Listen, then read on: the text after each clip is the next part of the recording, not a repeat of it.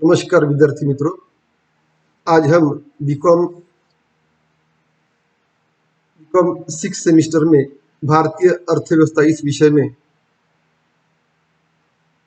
भारत में भारतीय कृषि की समस्या, भारतीय कृषि की मुख्य समस्याएं अथवा भारतीय कृषि पिछड़े होने के कारण अथवा भारत में खेती की कम उपज अथवा कम उत्पादकता के कारण अथवा भारत के विकास के लिए कृषि पुनर्संगठन की समस्या, इस विभिन्न मुद्दों पर हम बात करेंगे। तो आज का मुख्य मुद्दा है कृषि, भारतीय कृषि में कम उत्पादकता होने के कारण या भारतीय कृषि की मुख्य समस्याएं। तो मैं doctor Anil Ramteke, associate professor GS commerce college Wardha द्वारा इस ऑनलाइन लेक्चर में भारतीय कृषि की मुख्य समस्याओं पर हम प्रकाश डालेंगे। कृषि भारत का एक महत्वपूर्ण उद्योग माना जाता है। इसका हमारे देश में अधिक जीवन में उपयोग बहुत बड़ा महत्व है। कृषि देश के आर्थिक ढांचे की रीढ़ की हड्डी मानी जाती है। यह देश की अधिकांश जनसंख्या का जीविका का साधन भी माना जाता है और यह राष्ट्रीय आय का मुख्य साधन है। इससे खाद्य सामग्री एवं उद्योग के लिए आवश्यक सामग्री उपयोग में उपलब्ध होती है। पर्यावरण, परिवहन एवं आंतरिक एवं विदेशी व्यापार में भी इसका बहुत बड़ा महत्व माना जाता है। भारतीय सरकार का वित्तीय ढांचा कृषि पर अवलंबित होने के कारण देश के आर्थिक विकास का मूलाधार कृषि क्षेत्र माना जाता है और देश की अर्थव्यवस्था के जिस पहलू पर हम दृष्टि डालने जा रहे हैं वह कृषि का महत्व दृष्टिगोचर होता है। भारत में कृषि का इतना महत्व होते हुए भी इसकी वर्तमान स्थिति शोचनीय है, बड़ी शोचनीय, दयनीय है। भारत में कुछ गिरी हुई या पिछड़ी हुई जातियां है, बैकवर्ड कास्ट है, कुछ पिछड़े हुए उद्योग भी तथा दुर्भाग्य से कृषि इन उद्योगों में से एक है। हमारे कृषक अत्यंत निर्धन एवं ऋणग्रस्त दिखाई देते हैं और कृषि प्रधान देश होते हुए भी आज हम विदेशों से कृषि जन्य पदार्थ आयात करते हैं और कृषि के पिछड़ेपन के कारण इसलिए कृषि के पिछड़ेपन के कारण की मुख्य समस्या है निम्नलिखित है या इसमें इस प्रकार की मानी जाती है। ऐसा पहला है मुद्दा है खेतों का छोटा तथा दूर दूर होना। खेतों का छोटा तथा दूर दूर होना। भारत में अधिकांश किसानों के पास अनार्थिक जोत के खेत है, अनार्थिक जोत के खेत है जिनमें अच्छे ढंग से खेती नहीं कर पाते। खेतों के इतने छोटे छोटे टुकड़े हो गए हैं कि उनमें खेती करना लाभकारी नहीं रहा है। खेत छोटे होने के साथ साथ बिखरे हुए भी है। परिणाम उसका यह होता है कि कृषि कुशलता के साथ नहीं की जा सकती।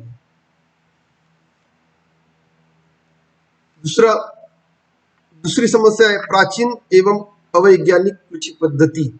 आज भी हमारे देश में अवैज्ञानिक कृषि पद्धति दिखाई देती है।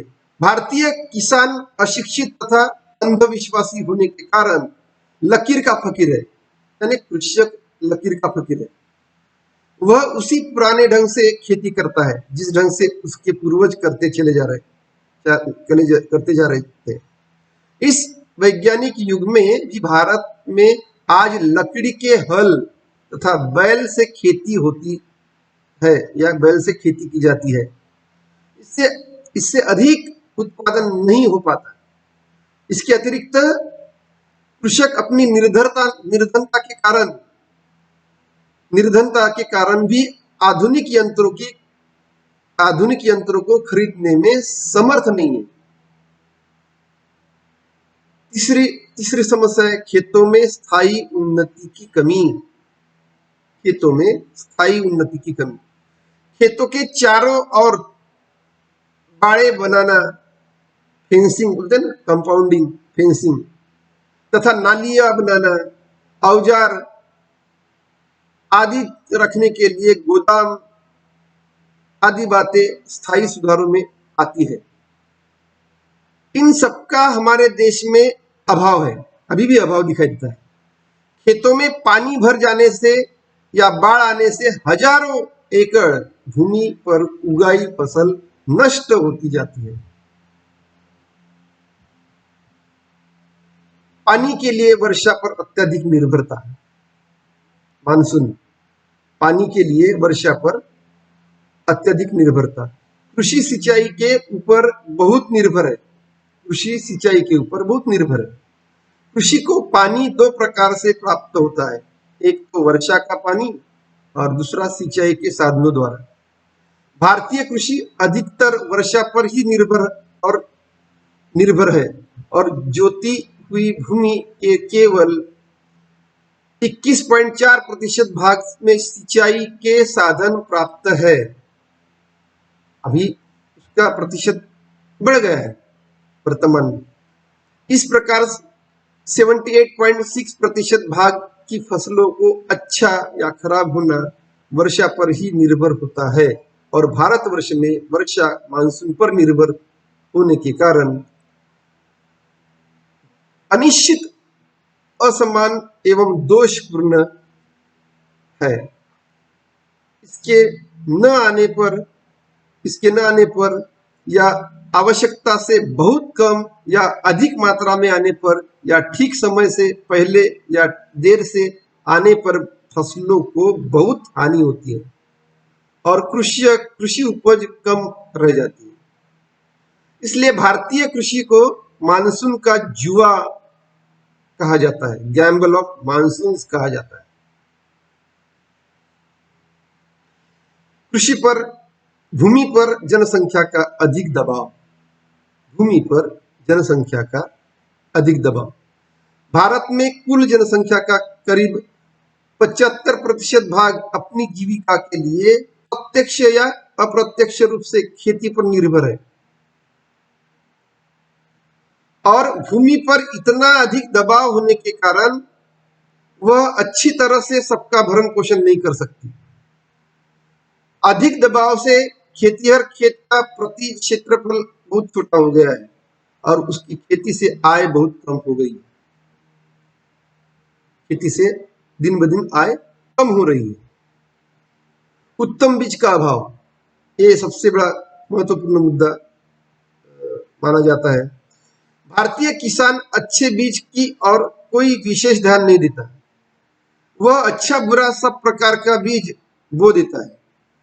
वह गांव के महाजनों से, साहूकारों से या कई कई प्रक्रियाओं से बीज लेता है और साधारणतः अच्छा नहीं होता है और उसे ही बो देता है, जबकि अच्छी पैदावार के लिए अच्छा, मोटा और स्वस्थ बीज आवश्यक है। उत्तम बीज के अभाव के कारण उत्पादन में वृद्धि नहीं होती। यह बात अलग है कि आज की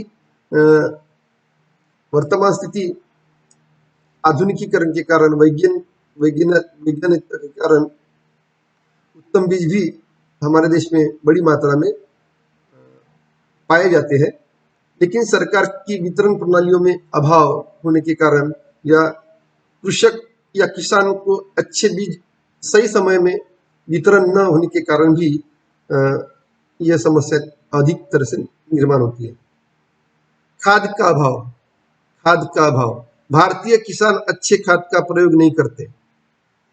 गोबर को एक बहुमूल्य खाद माना जाता है और किसान उसे जलाता है।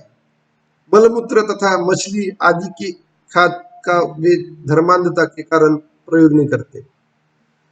रासायनिक खाद महंगा होता है तथा वैज्ञानिक खादों से वह परिचित नहीं है, आमतौर पर परिचित नहीं है। उत्तम खाद के अभाव में उत्पादन में वृद्धि नहीं होती है।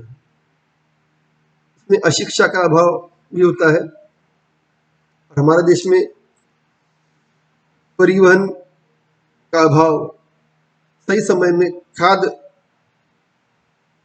काश्तकारों को, किसानों को सही समय पे अगर वितरित हुआ तो यह समस्या भी दूर हो सकती है।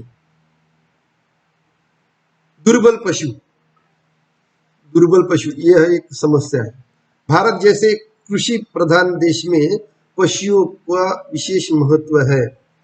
इसलिए जमीन से लगाकर फसल घर तक और मंडी तक लाने लाने लाने ले जाने के सभी काम पशुओं पर अवलंबित है। इसके अतिरिक्त दूध आदि पदार्थों भी पशुओं से प्राप्त होते हैं। आचार्य डार्लिंग ने कहा है कि पशुओं के न होने से भारत के खेत बिना जूते पड़े रहेंगे। पशुओं के न होने से भारत के खेत बिना बिना जूते पड़े रहेंगे। खत्ती और खलिहान अन्न विभिन्न तथा भोजन का स्वाद आधा भी नहीं रहेगा। भारत जैसे शाकाहारी देश में दूध, घी, मक्खन का न मिलना महाजन कष्टप्रद होगा। पशुओं का इतना महत्व होते हुए भी देश में पशुओं की दशा अत्यंत शोचनीय दिखाई देती है। वे आधे भूखे रहते हैं और निर्बल है। इसलिए कहा जाता है कि पशु भारतीय कृषक समस्या की ही एक पहेली है। पशुओं की उन्नति के बिना कृषक की उन्नति नहीं हो सकती है, ये ध्यान में रखना चाहिए। पशुओं की उन्नति के बिना कृषक की उन्नति नहीं हो सकती। यह बात अलग है, उत्तर प्रदेश सरकार ने पशुओं के लिए कई प्रकार की, एक कोविड-19 के दौर में कई प्रकार की सुविधाएं निर्माण की है। फसल के रोग एवं शत्रु, फसल के रोग एवं शत्रु एक समस्या मानी जाती है। खेत को अच्छी प्रकार न जोतने से, आवश्यकता से अधिक या कम पानी देने से, कम खाद देने से फसल कमजोर हो जाती है तथा उसमें कीड़े लग जाते हैं। जैसे चावल में फुट रॉट, मक्का में, जैसे कि मक्का, मूंगफली में बिल्स। इन कीड़ों से काफी क्षति होती है। इसके कारण पौधा अच्छी तरह नहीं बढ़ पाता। कई प्रकार के अन्य कीड़े जैसे टिड्डी, चींटे तथा दीमक आदि भी फसल को नष्ट करते हैं। कहीं कहीं पर बंदर, सुअर, चूहे तथा जंगली जानवर भी खेती को बहुत हानि पहुंचाते हैं। यह अनुमान है कि कीड़े समस्त पृथ्वी की 10% फसल नष्ट करते हैं।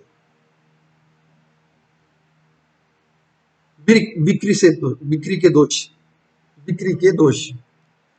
देश में खेती की पैदावार बेचने की व्यवस्था बहुत ही दोषपूर्ण है। यहाँ पर नियंत्रित बाजारों का अभाव है। मंडी में किसान का बहुत सा माल नमूने के रूप में रख दिया जाता है तथा बाजारों में कई प्रकार के बाट काम में लाए जाते हैं। कभी कभी तो खरीदने एवं बेचने के अलग अलग बाट होते हैं। इसके अतिरिक्त किसान से माल खरीदते समय बहुत सी कटौतियां, तुलाई, किनाई, दलाली, आढ़त आदि ली जाती है। इन्हीं सब कारणों से किसानों को बहुत हानि होती है और वे अधिक उत्पादन के प्रति निरुत्साही हो जाते हैं। रॉयल का जो पूंजी का अभाव। हमारे किसान अत्यंत निर्धन होने के कारण उत्तम खाद, सिंचाई, खेती के आधुनिक औजार उत्तम बीज आदि का उपयोग नहीं कर सकते। उन्हें खाद की सुविधाएं उपलब्ध नहीं न होने के कारण साख की अधिकांश आवश्यकता की पूर्ति केवल साहूकार, महाजन या कई प्रकार के अन्य निजी संस्थाएं, जिसके एक बार चंगुल में फंस जाने के बाद किसान के लिए छुटकारा पाना असंभव होता है। किसान का ऋणदाता होना, यह एक समस्या है। किसान का ऋणदाता होना, यह कहा जाता है कि भारतीय किसान ऋण में ही जन्म लेता है और ऋण में ही जीवित रहता है तथा ऋण में ही मर जाता है। वह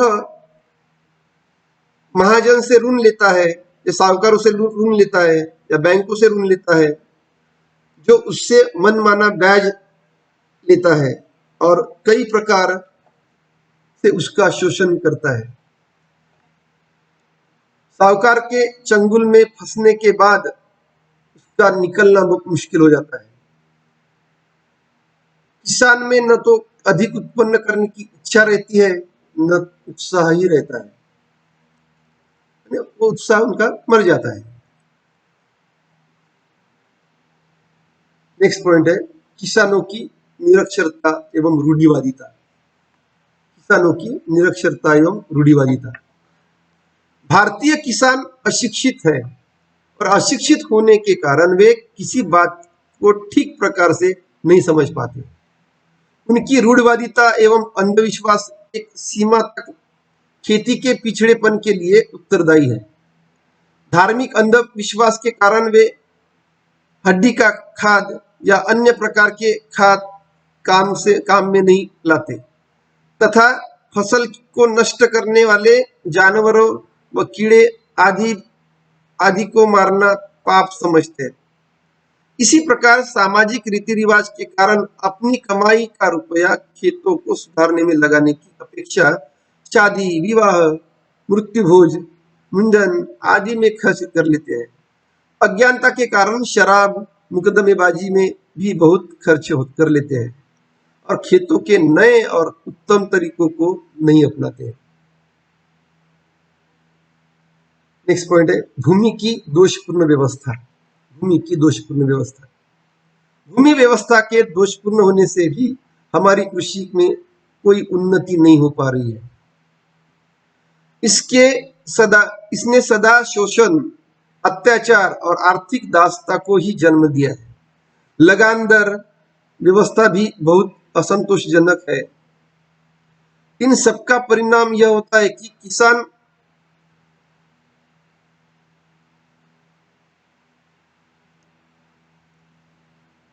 कृषि कर्म में लीन होते जा रहा है, जिसके परिणाम स्वरूप उसकी उपज का घटना स्वाभाविक है। उसकी खेती की उपज का घटना स्वाभाविक है। फसलों की खेती पर अत्यधिक निर्भरता। फसलों की खेती पर अत्यधिक निर्भरता। भारत में मिश्रित खेती, मिक्स्ड फार्मिंग अर्थात फसलों का उगाना, सब्जियां, फल पैदा करना, पशुपालन करना बहुत कम होता है। अधिकतर फसलों की खेती ही होती है। पशुपालन व्यापारिक ढंग से नहीं हो पाता है। केवल परिवार के सदस्यों के लिए दूध घी प्राप्त करने के लिए होता है। इस प्रकार भारतीय किसानों के पास कृषि के साथ चलने वाले धंधों की बहुत कमी है। इससे उनकी आय कम रहती है और वे खेती की उन्नति के लिए खर्च नहीं कर पाते। भूमि की उर्वरा शक्ति में कमी। भूमि की उर्वरा शक्ति में कमी। खेतों के निरंतर प्रयोग में लाने के कारण और खेतों की उचित तथा पर्याप्त मात्रा में खाद न मिलने के कारण भूमि की उर्वरा शक्ति क्षीण होती जा रही है, कम होती जा रही है। इसके अतिरिक्त भूमि कटाव के कारण भी बहुत हानि होती है। इससे प्रति एकड़ पैदावार में कमी आई है। अन्य देशों की तुलना में भारत में फसलों की प्रति एकड़ उपज बहुत ही कम है। जैसे जापान में चावल की औसत प्रति एकड़ उपज हमने 3-3.5 गुना अधिक या मिश्र में रुई की प्रति एकड़ उपज हमसे 7 गुना, हवाई में गन्ने की उपज हमसे इसमें 6 गुना है। अस्वस्थ किसान किसानों की शारीरिक और मानसिक दुर्बलता और आधुनिक वैज्ञानिक कृषि संबंधी ज्ञान की कमी कृषि की अवनति का एक मुख्य कारण है। शारीरिक दृष्टि से किसान बड़ा अस्वस्थ रहता है। उसकी गरीबी, भोजन व्यवस्था, वातावरण, घर की दशाएं, मलेरिया आदि रोगों के कारण वह दुर्बल और अशक्त हो गया है। आज वर्तमान स्थिति में कोविड-19 के दौर में किसान टूट रहा है। दूसरी तरफ देखेंगे तो अशिक्षित एवं रूढ़िवादी किसान अशिक्षित एवं रूढ़िवादी दिखाई देता है। इसके कारण वह खेती के नए ढंग उपयोग में नहीं ला पाता है। इन कारणों से कृषि की अवनति होती दिखाई देती है। यातायात के साधनों में कमी। देश में यातायात के साधन उचित मात्रा में उपलब्ध न होने के कारण या वर्षा ऋतु में अधिकांश गांवों को और नगरों का संबंध टूट जाने के कारण, कच्ची सड़कें होने के कारण कीचड़ हो जाता है, जिससे गांव से अनाज को नगरों तक, शहरों तक ले जाना और भी कठिन हो जाता है और बेचने में अधिक व्यय होता है। इससे किसानों को उत्पादन का पूर्ण लाभ नहीं मिल पाता है और उसमें अधिक उत्पादन के प्रति उत्साह नहीं रहता है। नियोजन तथा नियमन का अभाव। कृषि क्रिया में नियोजन एवं नियमन के सिद्धांत का बड़ा अभाव रहा है। इसलिए भी कृषि की उन्नति नहीं हो सकी है। वैज्ञानिक अनुसंधानों में कमी। भारतवर्ष में कृषि के संबंध में वैज्ञानिक अनुसंधानों की बहुत कमतरता दिखाई देती है। इसके कारण भी कृषि की उन्नति संभव नहीं हुई है। इस प्रकार की भारतीय कृषि की समस्याएं या भारतीय कृषि की उत्पादकता कम होने के कारण इस प्रकार से दिखाई देते हैं।